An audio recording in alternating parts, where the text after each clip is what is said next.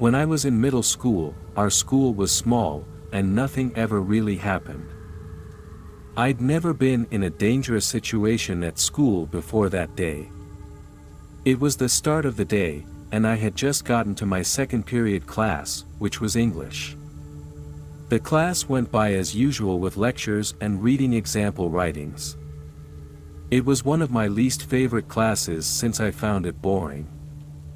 The room was silent as we were supposed to be reading an example paper when suddenly the speaker made a loud beep and turned on. We are now in lockdown. This is not a drill. Everyone in the class began looking around, confused and a little nervous.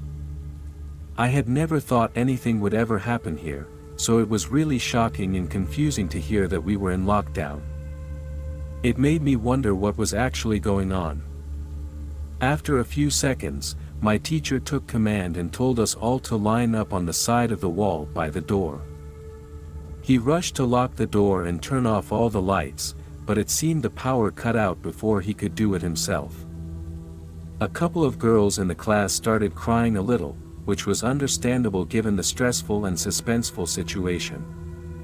Almost 10 minutes went by with absolutely no sounds, and then sudden running footsteps could be heard in the hallway outside our classroom. The footsteps stopped abruptly outside our door.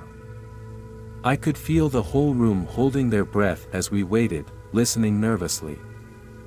Then a boy started banging on the door, pleading to be let into the classroom. I was terrified because I couldn't tell how old the boy sounded. I looked over at my teacher, who looked equally as terrified as the rest of us. He moved slowly to the door, looked through the window, and then quickly opened the door to let the boy in. I recognized him from seeing him in the hallways, but we never had any classes together. My teacher asked if he was okay and then told him to sit along the wall with us. Once we were settled again, I leaned over and whispered to the boy, asking what happened. He said he was in the bathroom during the lockdown and waited for a while before a middle-aged man came in and started banging on all the stall doors. When the man banged on his stall, he crawled under the side and made a run for it. Luckily, the man only chased him down a small hallway before giving up.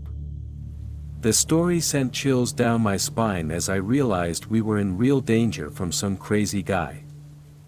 Not even a minute later, clear, loud footsteps were heard approaching our classroom door.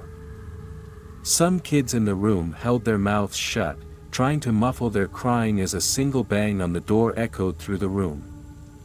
Seconds later, 2 or 3 more sets of footsteps approached, and the group began talking to each other.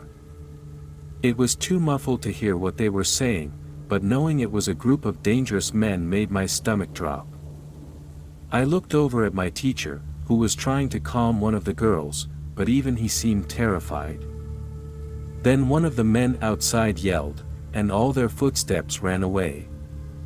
I guessed the cops had finally shown up. I could feel the sense of relief from the whole class.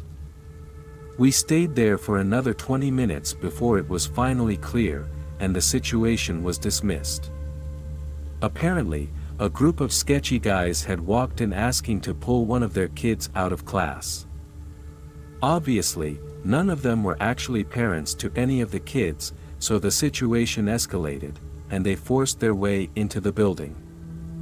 That's about all we were told, but it's definitely an experience I'll remember for the rest of my life.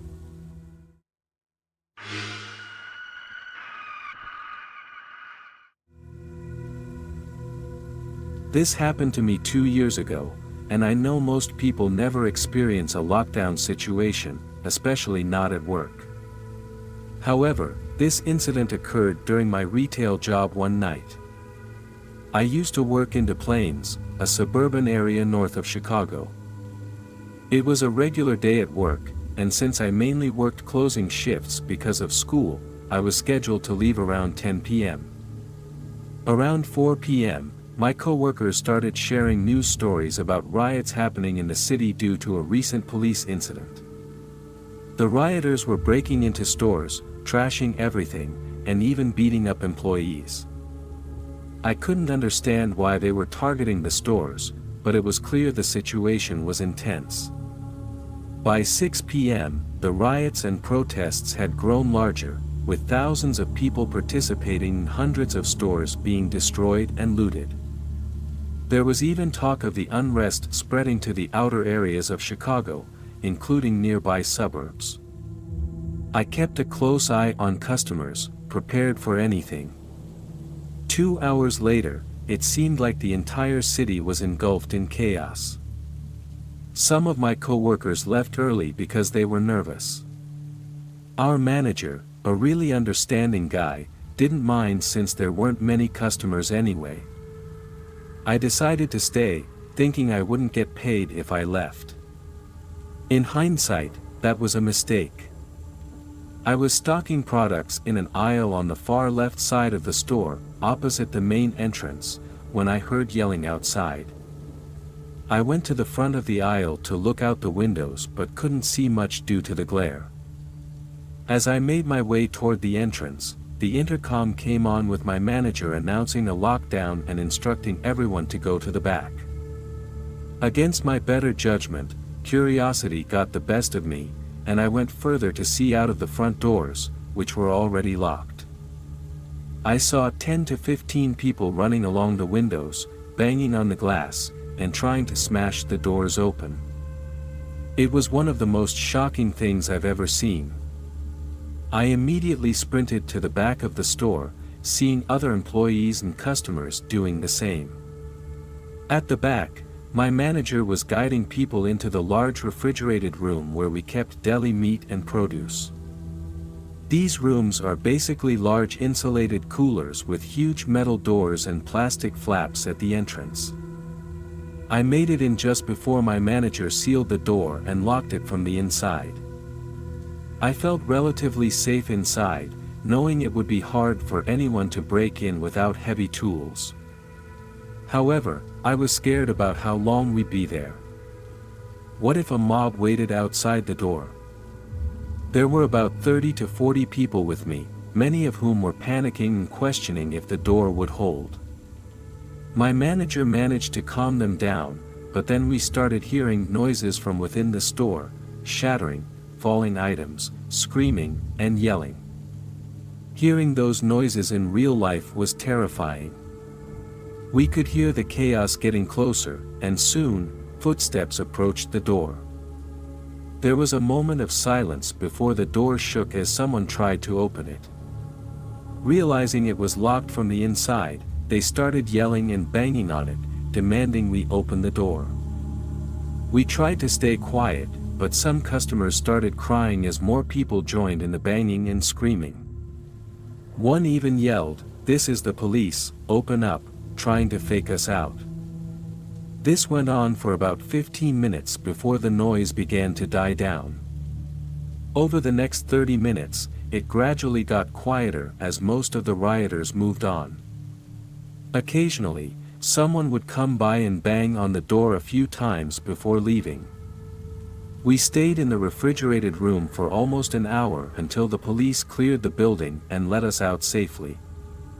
The store was trashed, shelves overturned, products scattered everywhere. It was surreal to see the place in such disarray. Thankfully, the violence mostly subsided in the suburbs overnight, though it continued in Chicago for a few more days. It was the most intense situation I'd ever been in, and I'm grateful everyone in the store made it out unharmed.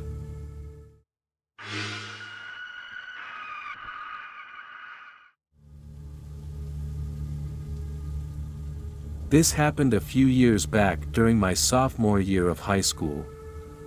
I attended a public high school, one of the largest in the country, known for its high graduation rate. Each class had over 1,000 students, and the faculty numbered around 1,000 as well, so there were about 5,000 people in the building at the time. The day started normally. I went through my morning classes, had lunch, and began the second half of the day. During physics class, we were working on a project outside. I asked my teacher if I could run inside to use the bathroom, and he said sure. The bathroom was near the entrance, so I went in quickly. As I was washing my hands, a tall older man in a gray hoodie walked in. He looked at me without saying anything and went into the far back stall. I found it odd because anyone that old had to be a teacher or staff member, but I didn't recognize him. However, considering the size of the school, it wasn't a big deal in my mind. I returned outside, and after another 15 minutes, our teacher started bringing us back inside. The area we were in was about a 4-minute walk from our classroom. Just as the whole class was inside and heading to our room, the announcement speaker abruptly declared a lockdown. We all looked at the teacher, who was equally confused but immediately began rushing us towards the classroom quietly. Another teacher offered to take us into their larger classroom, so we rushed in and sat against the wall while the two teachers discussed what was going on. As I sat there, I kept thinking about the man I had seen in the bathroom, wondering if he was the reason for the lockdown. It gave me chills just thinking about how close I had been to him. We were sitting silently for only a few minutes before someone began tapping softly on the window outside.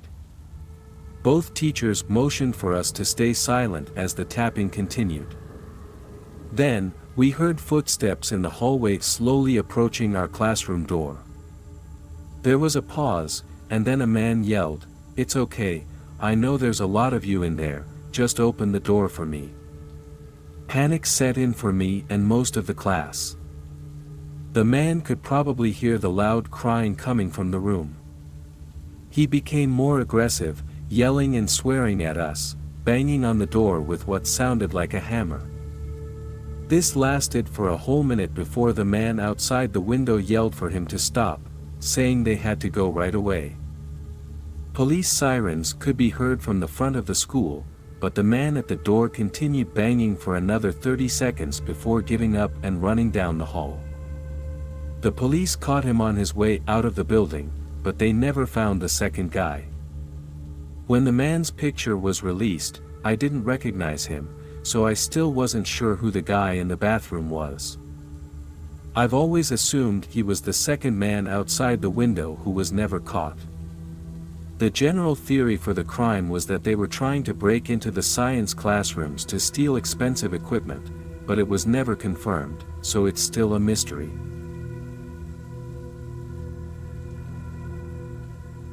As the sun dipped below the horizon, casting long shadows across the suburban neighborhood, John stared at the house across the street. It had been abandoned for years, its windows boarded up and the yard overgrown with weeds. Yet, tonight, it seemed to beckon him with an unspoken challenge.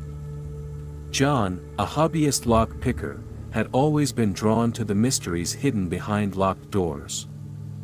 His skills were impressive, he could pick almost any lock he encountered.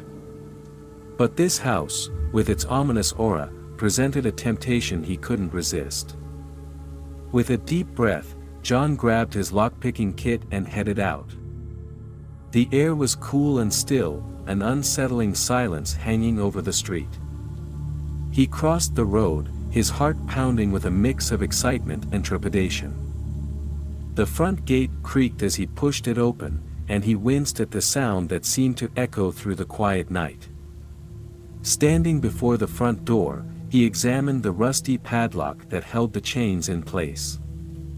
It was old, but sturdy.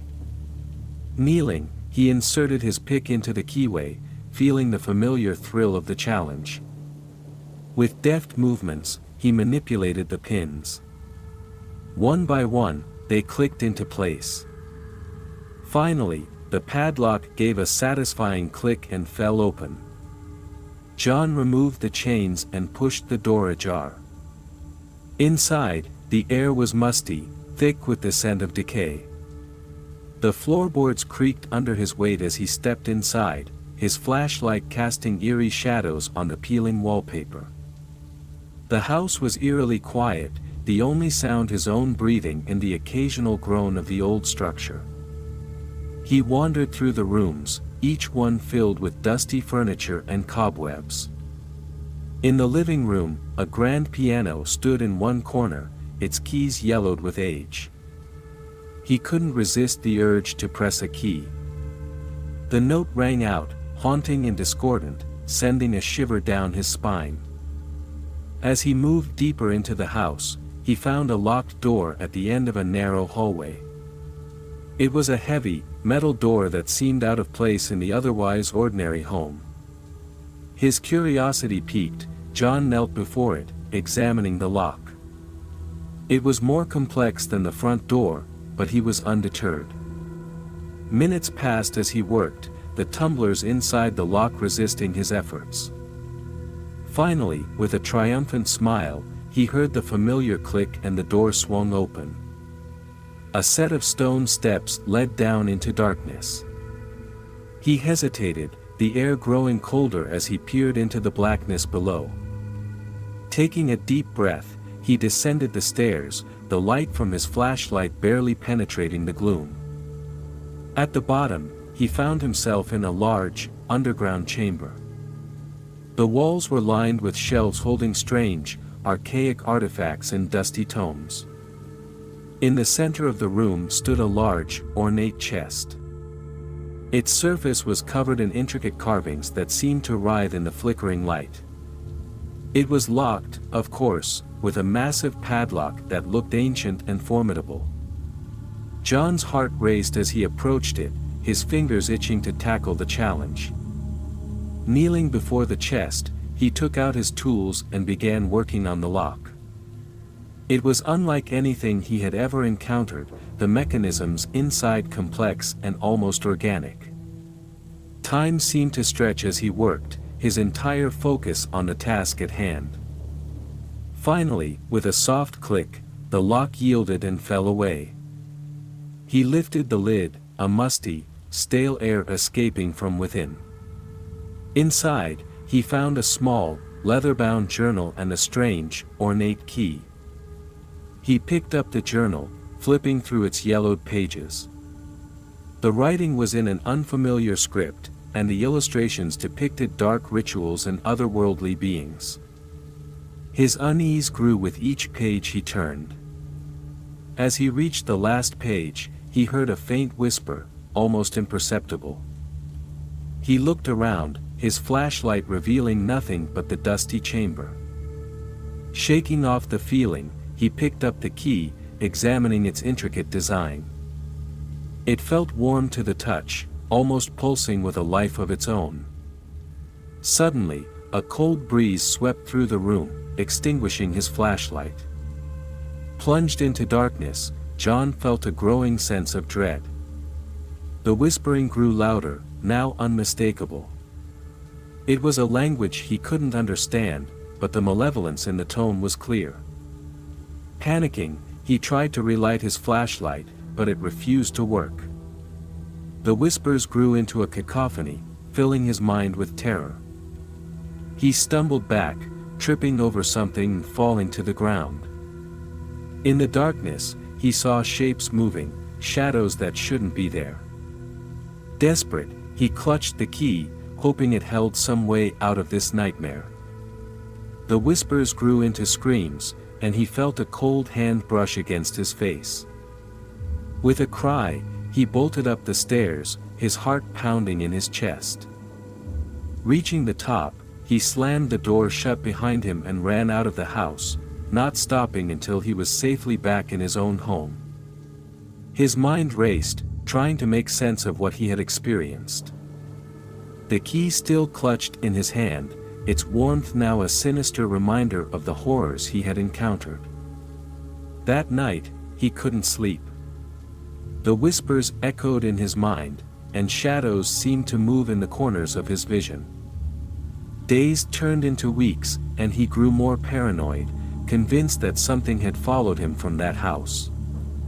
One night, as he lay in bed, he heard the familiar click of a lock being picked. Sitting up, he saw the shadowy figure of a tall man in a gray hoodie standing in his doorway. The man looked at him with eyes that glowed with an otherworldly light. "You shouldn't have opened the chest," the man whispered, his voice the same as the whispers in John's mind. Before John could react, the man lunged at him, the room filling with darkness. The last thing he heard was the sound of the key falling to the floor, a chilling reminder of the door he should never have unlocked.